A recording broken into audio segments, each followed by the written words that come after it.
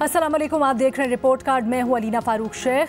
आज कौमी असम्बली का धुआंधार इजलास हुआ जिसमें वज़ीर आज़म शहबाज शरीफ ने तकरीर की और ख़ासकर उन्होंने अदलिया से मुतल्लिक़ काफ़ी गुफ्तगू की। उन्होंने कहा जी तराजू का झुकाव एक तरफ है, ये अदम तवाज़ुन नहीं रह सकता, तराजू का तवाज़ुन ही मामलात को ठीक करेगा।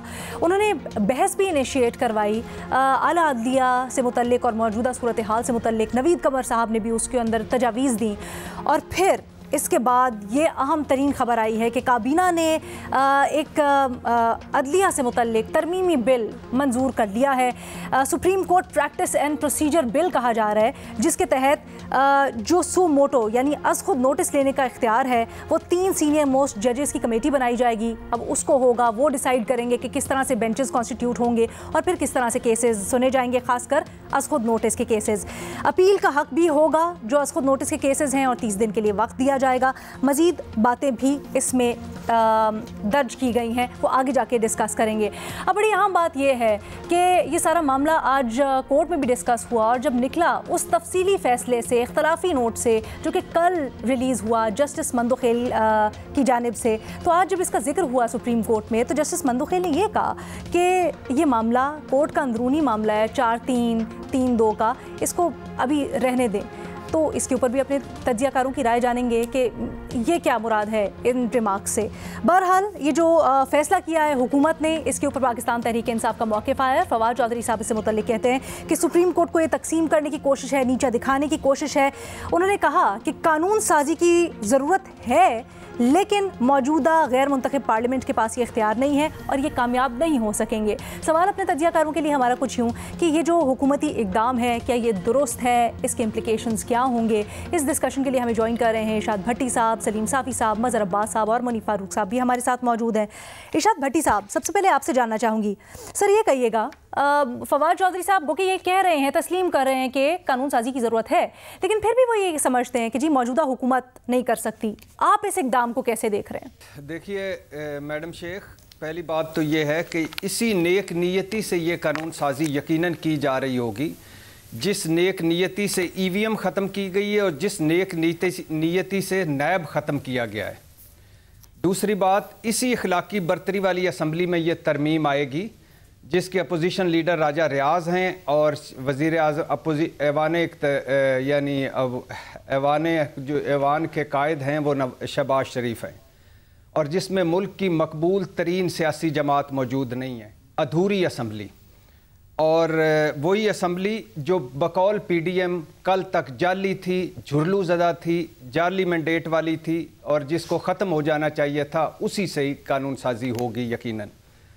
तीसरी बात मैडम शेख के अजीब मौजों भरा वक्त चल रहा है कि नए फॉर एग्ज़ाम्पल बेंच बनता है 5 रुकनी बेंच, नए सिरे से बेंच बनता है, नए सिरे से समाअत होती है, केस सुनता है 5 रुकनी बेंच, केस का फैसला सुनाता है 5 रुकनी बेंच, 25 दिन बाद ये 7 रुकनी बेंच हो जाता है और 2 जज साहबान जो बेंच का हिस्सा ही नहीं होते, इन्हें वो 2 जज साहबान उनको मिला लेते हैं जो बेंच से अलहदा हो चुके होते हैं और अकलीती जज साहबान कह रहे होते हैं कि हम अक्सरियती हैं। मैडम शेख, ये अजीब मौजों भरा वक्त चल रहा है कि 5 रुकनी बेंच फैसला सुनाता है 3-2 से कि इलेक्शन कराएं 90 दिन में। फैसले के फ़ौरन बाद आज़म नज़ीर तारड़ साहब सुप्रीम कोर्ट के सामने कहते हैं कि ये 3-2 से नहीं आया, 4-3 से आया है, और 25 दिन बाद 2 जज साहबान का इख्तलाफी नोट आता है और उसमें भी यही होता है कि ये 3-2 से नहीं 4-3 से आया है, और 2 जज साहबान के इख्तलाफी नोट में होता है कि 1 मैन शो ख़त्म करने का वक्त आ गया। सुप्रीम कोर्ट को एक फ़र्द पर नहीं छोड़ा जा सकता। आज खुद नोटिस बैंक तश्कील पर भट्टी साहब, मेरी चाय भी आ गई है और बात भी थोड़ी सी आगे बढ़ गई है। अब तो एक तरमीमी बिल ले आए हैं जिसके मुताबिक अब जो आज खुद नोटिस वाली बात है ना भट्टी साहब, उसके ऊपर आ जाए जल्दी से। आगे बढ़ गया हूँ, आपने सुना नहीं शायद, मैं आगे बढ़ गया हूँ, सुने तो सही कि 2 जज यानी 25 दिन बाद फैसले के जो फैसले वाले दिन आज़म नज़ीर तारड़ कहते हैं 25 दिन बाद वही 2 जज साहबान के इख्तलाफी नोट में होता है, ठीक है, कि 1 मैन शो खत्म करें, सुप्रीम कोर्ट को एक फर्द पर ना छोड़ें, आज को नोटिस बैंक तश्कील पर पॉलिसी बनाएं, और वही मुसवदा लेकर आज़म नज़ीर तारड़ साहब आज उसकी कानून साजी करते हैं। और मतलब कानून साजी होगी। मैडम शेख, ये एक रिलीफ था चीफ जस्टिस का, एक उम्मीद थी चीफ जस्टिस से आज खुद नोटिस की, एक डर था लोगों को। मुझे ये जो आपने कहा ना अदलिया को तकसीम किया जा चुका है ऑलमोस्ट, अदलिया पर चढ़ाइयाँ की जा चुकी हैं ऑलमोस्ट। मुझे ये भी तराजू के पलड़ा बराबर करने की एक कोशिश है, मुझे ये भी अदलिया पर हमला लगता है, मुझे ये भी अदलिया पर दबाव डालने की एक कोशिश लगती है। क्या बेनिफिट हो सकता है इससे हुकूमत को, ये जो कानून साजी हो रही है? मैडम शेख, अगर सिर्फ ये सोचिए कि अगर फायज ईसा साहब चीफ जस्टिस होते और यही तरमीम लाती तहरीके इंसाफ, तो सारे जवाब आपको दे देते शहबाज शरीफ और पीडीएम के। क्या अदलिया को आप अंडरमाइन कर रहे हैं, क्या आप सारा कर रहे हैं, वक्त कौन सा है, टाइमिंग कौन सी है, क्या जा रहा है? सर चलिए मैं आपका आर्गुमेंट मान लेती हूँ, लेकिन इतने मफरूजे पे तो इतने आगे तो ना जाए ना। ये सिर्फ समझने की फवाद चौधरी साहब ने गो के मफरूजा नहीं है, मफरूजों पे ही तो सारा मुल्क चल रहा है मैडम शेख। मेरे मफरूजे भी सुन लें, पूरा मुझे सिर्फ इतना बता देना, नून लीग को क्या बेनिफिट या पीडीएम को क्या बेनिफिट हो सकता है इससे, जल्दी से बता दें। के तौर पे आज खुद नोटिस आप चीफ जस्टिस नहीं अगले 4-5 महीने लेंगे, नंबर वन आज खुद नोटिस लेंगे। अभी तो ये पूरी तरमीम आई नहीं ना, ये एक तरमीम आई है आपके सामने कि आज खुद नोटिस पे 3 रुकनी जो कमेटी बनाई है, ये अभी एक तरमीम है। सारी अभी देखिएगा, मुसवदा देखिएगा आप, उसमें से कोई आप 25 चीजें ऐसी निकलेंगी, आने तो दें जरा। मुनीर फारूक साहब आप बताएं। नोटिस अपील का हक, फिक्स करने का हक, और ये सारा तराजू का पलड़ा बराबर करने की कोशिश है। अच्छा मुनीर फारूक साहब, आपको इसमें क्या कोई बेनिफिट नजर आ रहा है हुकूमत के लिए या मुस्लिम लीग नून के लिए? क्योंकि अगर कानून साजी होती है तो फिर रेट्रोस्पेक्ट में तो नहीं, आगे से जो केसेस होंगे उनके ऊपर इसका असर होगा, इतलाक होगा। बहुत शुक्रिया। देखिए, अगर आप इसको 2 हिस्सों में रखें, एक तो ये कि क्या हमारे सुप्रीम कोर्ट रूल्स या जो तरीकाकार है सुप्रीम कोर्ट में बेंच की तश्कील का या सो मोटो नोटिस लेने का जो चीफ जस्टिस साहब के पास इख्तियार है, क्या उसकी रिवीजन नहीं होनी चाहिए थी, उसको रिव्यू नहीं करना चाहिए था? तो सादा सवाल है कि जी बिल्कुल करना चाहिए था, और ये वक्त की जरूरत आज भी है, अब से बहुत साल पहले भी थी। और आज क्योंकि हालात मुख्तलिफ है, पीडीएम की हुकूमत है, इतनी सियासी जमातों का गठजोड़ है, तो इन्हें महसूस हो रहा है कि ये इख्तियारात को बहुत ज्यादा है, इनको कर्टेल करने की जरूरत है। दूसरी बात, भट्टी साहब फरमा रहे थे कि सुप्रीम कोर्ट को तकसीम, जजेस को तकसीम किया गया है। मैं उसमें सिर्फ ये इजाफा कर दूंगा कि वो तकसीम किया नहीं गया, तकसीम ऑलरेडी मौजूद है। राय का इख्तलाफ होना वो बहुत अच्छी बात है, मैं हमेशा कहता हूँ बड़ी हौसला अफजा बात है। इशू यहाँ पर यह है कि यहाँ मोअज़्ज़ज़ चीफ जस्टिस साहब, मैंने कल भी अर्ज किया था, मैं आज भी कहूंगा कि हालात ये है कि मोअज़्ज़ज़ चीफ जस्टिस साहब जो सीनियर तरीन जजेस हैं और सीनियर प्यूने जज हैं, उनको अपने साथ बेंच में बिठाना मुनासिब नहीं समझते, या उससे वो समझते हैं, वो गुरेज करते हैं इस बात से। फुल कोर्ट बनाना किसी आईनी मामले के ऊपर तशरीह का मामला हो, बड़ी अदालत है, मुल्क की सबसे बड़ी अदालत है, उनसे इस्तदा की जाती है, वो उससे को डिसरिगार्ड कर देते हैं। इस सवाल के पीछे कि गुरेजा क्यों है? जब बात हो रही है कि कलेक्टिव विजडम है ऑफ ब्रदर जजेस, तो फिर वो एग्जिबिट भी होनी चाहिए, सामने आनी चाहिए। दूसरी बात यह है कि चले हुकूमत ने ये मसवदा तैयार कर लिया, काबीना ने मंजूरी दे दी, पार्लियामान के अंदर ले जाएंगे। तहरीक इंसाफ बिल्कुल बहुत अच्छा होता अगर वो शामिल होते, लेकिन पाकिस्तान तहरीक इंसाफ अपनी मर्जी से इस वक्त पार्लियामेंट के अंदर नहीं है, उनको किसी ने निकाला नहीं था, वो खुद इस्तीफे दे दू के जिस हालत में गए, फिर कहा जी हमारे वापस कर दें, ये कर दें, फिर हुकूमत ने उसके ऊपर चलाकी की और इन्होंने भी ड्रामाबाजी की, सारा कुछ वो सामने है। तहरीक इंसाफ अपनी मर्जी से इस वक्त पार्लियामेंट से पास करवा सकेंगे, 2/3 अक्सरियत चाहिए होगी ना, क्योंकि ये तो 184(3) के लिए तो आईनी तरमीम होगी। नहीं, ये नॉट नेसेसरीली। देखिए 2-3 चीजें हैं जो, अगर आपने आर्टिकल 184(3) को छेड़ना है ना, तो बिल्कुल आपकी बात दुरुस्त है कि वो तो फिर 2/3 अक्सरियत है, वो एग्जिस्ट ही नहीं करती। 2/3 अक्सरियत वो कहां से आएगी? दूसरी बात यह है कि अगर आपने कानून बनाना है और एक्ट ऑफ पार्लियामेंट बनाना है, उसके लिए सादा अक्सरियत जो गिवन है, मौजूद है, उससे वो कानून बन जाएगा। लेकिन एक और बात जो है, देखिए पार्लियामान कानून बनाती है, पार्लियामान का कानून इन क्वेश्चन भी हो जाता है सुप्रीम कोर्ट के अंदर, और हमारे मुल्क में तारीख मौजूद है कि पार्लियामान ने कानून बनाया, सुप्रीम कोर्ट ने उसे स्ट्राइक डाउन किया। अब मैं याद दहानी के लिए आपको बता दूं कि contempt of court act Pakistan Peoples Party ने बनाया गिलानी साहब को कंटेम्प्ट से बचाने के लिए, सुप्रीम कोर्ट ने उसे स्ट्राइक डाउन कर दिया। आप इसका नतीजा भी वही देख रहे हैं?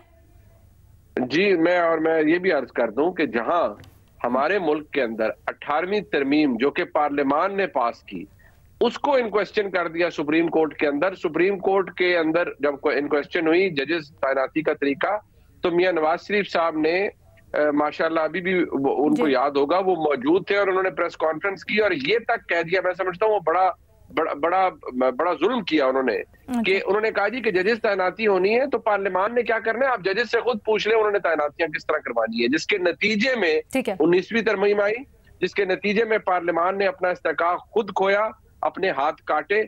आज ये सब कुछ वही मामलात जो है उन्हीं की भरपाई है। इफ्तिखार चौधरी साहब के वक्त जब जुडिशल एक्टिविज्म होता था और सुओ मोटो होता था तो सब तालियां मारते थे, हम तस्वीरें चिल्लाते थे जजेस की as saviours of the nation. लेकिन मसला ये है कि फिर ये अब सबके गले पड़ गया है। अब वो जो भूत है जुडिशल एक्टिविज्म का, वो सबको हॉन्ट कर रहा है आके। अच्छा, सोचना चाहिए सब कुछ और हर किसी को जिसने कंट्रीब्यूट किया इसके अंदर। मुनीम जरा क्विकली बता दीजिएगा, अभी आपने कहा कि हालांकि 184 सो मोटो अगर आपने करना है तो क्या आपको आईनी तरमीम करनी होगी या आप कानून साजी के जरिए भी किस तरह से उसको फिर करेंगे लेजिटिमाइजेशन के? सो मोटो तो डायरेक्टली उससे पब्लिक इंटरेस्ट का मामला हो तो नॉर्मली मतलब एक प्रैक्टिस सेटल प्रैक्टिस है 184(3) के अंदर ही कहता है। 184(3) ये बताता है बेसिकली कि आप के पब्लिक इंटरेस्ट क्या है या पब्लिक इंटरेस्ट का मामला क्या है और चीफ जस्टिस देते हैं। एक होता है तरीका कार के सुओ मोटो अगर किसी चीज पर बनता है तो वो कैसे बनेगा। अब ये जो 3 जजेस वाली बात है कि सीनियर तरीन जो 3 जज साहिबान होंगे इंक्लूडिंग चीफ जस्टिस साहब, वो डिसाइड करेंगे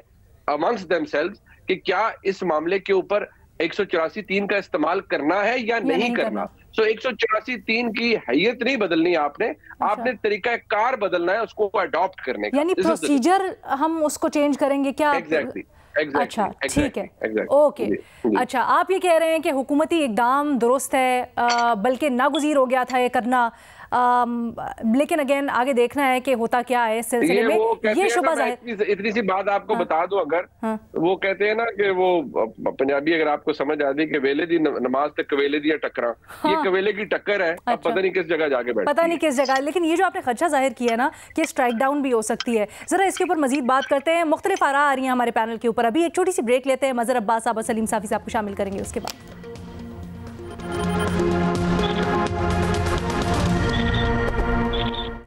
वफाकी काबीना ने जी नया बिल पास किया है, कानून साजी करने की तैयारी कर ली है। Supreme court practice and procedure bill ये कहलाएगा और इसके ज़रिए जो सो मोटो का इख्तियार है वो अब सिर्फ चीफ जस्टिस नहीं बल्कि एक कमेटी बनेगी 3 जजेस, सीनियर मोस्ट 3 जजेस के ऊपर, जो आज खुद नोटिस ले सकेगी और अपील का हक भी होगा सो मोटो केसेस में। सलीम साफी साहब, यही सवाल आपके लिए, आप किस तरह से ये जो डेवलपमेंट हुई है इसको देख रहे हैं?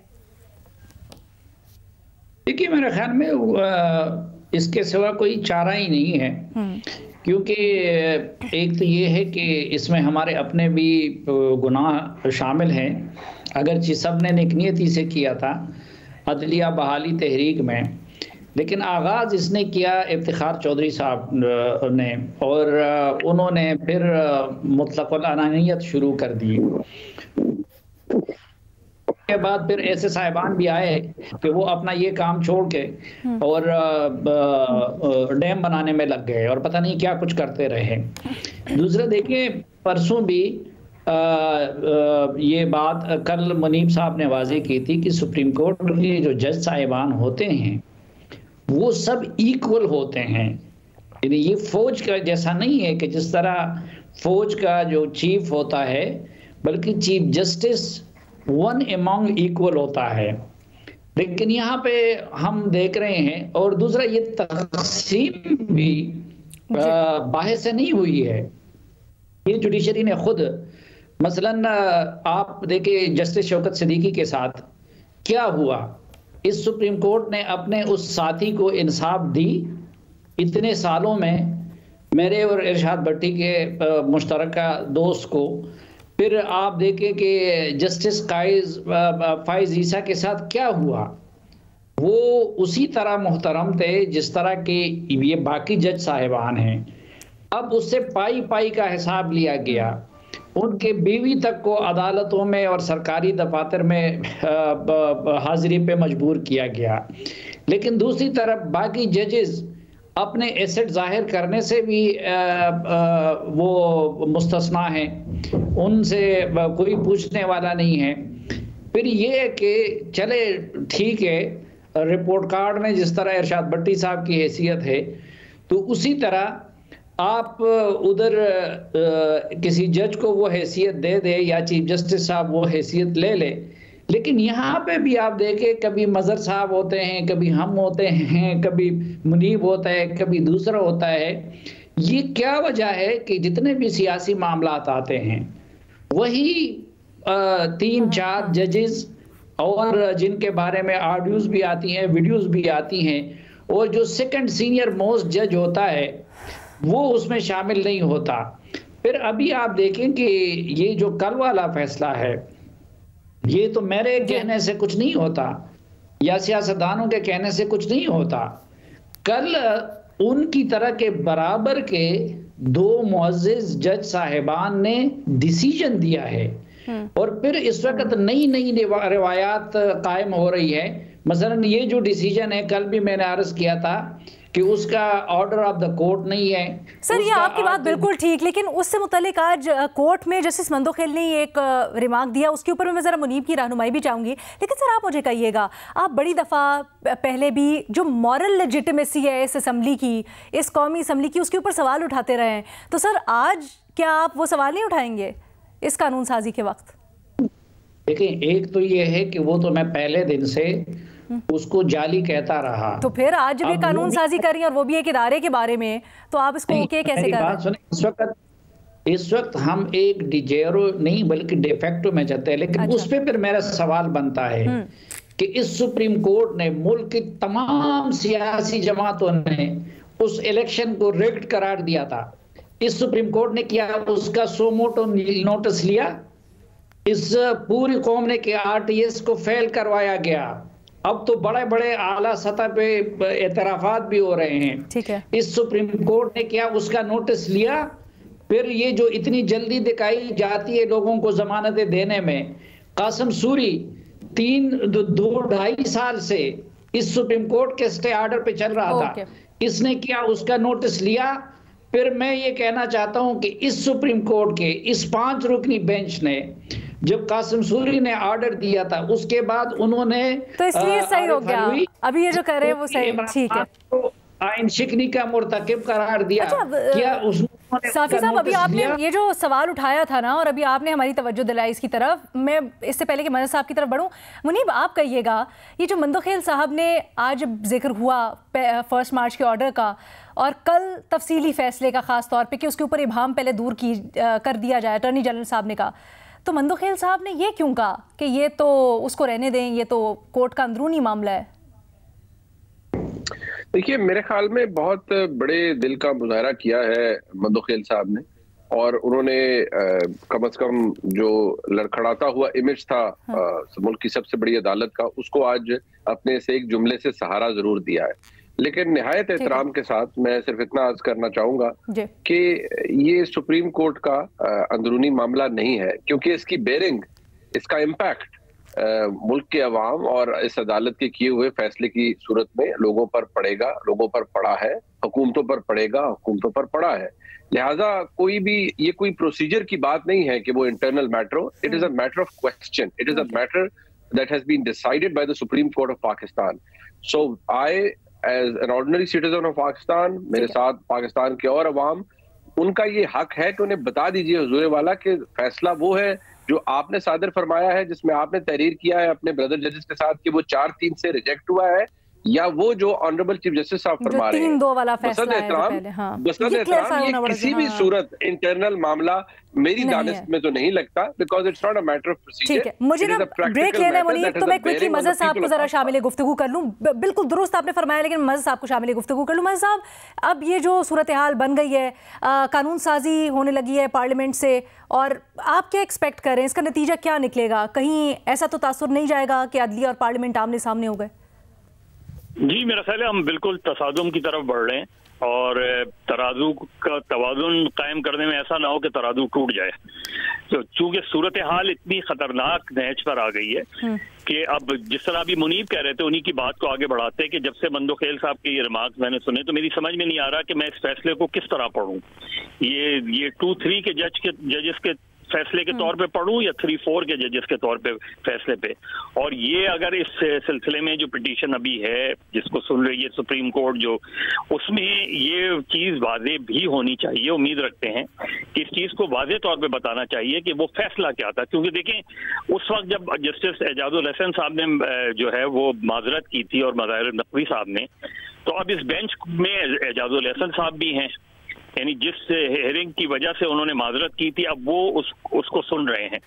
ओवरऑल ओवर द ईयर्स हुआ ये है अलीना कि सुप्रीम कोर्ट इतनी सियासी हो गई है, इतनी ज्यादा सियासी हो गई है और पोलराइज हो गई है कि सुप्रीम कोर्ट का इमेज एट स्टेक आ गया है कि अदलिया के बारे में जब हम ये तय करने लगे और ये बहस करने लगे और पब्लिकली बहस करने लगे कि बेंचेस फिक्स होती हैं, तो फिर अदलिया को अपने विकार को सामने रखना पड़ेगा। अदलिया को ये देखना पड़ेगा, अगर मैं जजेस के बारे में पब्लिकली ये बात करना शुरू करूं कि अरे इस बेंच में ये जज बैठे होंगे तो इसका टिल्ट तो ये होगा।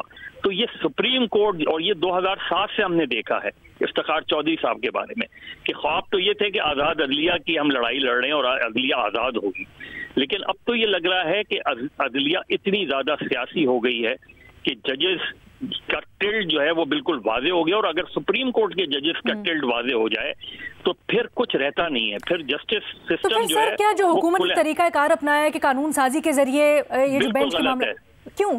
बिल्कुल गलत है, बिल्कुल गलत है। इसलिए कि जब ये चीज इतनी खुलकर सामने आ जाए कि पार्लियामेंट इस तरीके से इन हेस्ट लेजिस्लेशन करे, तो लेजिस्लेशन इन हेस्ट तो हमेशा नुकसानदेह होती है। क्या तरीका कार मज़े साहब?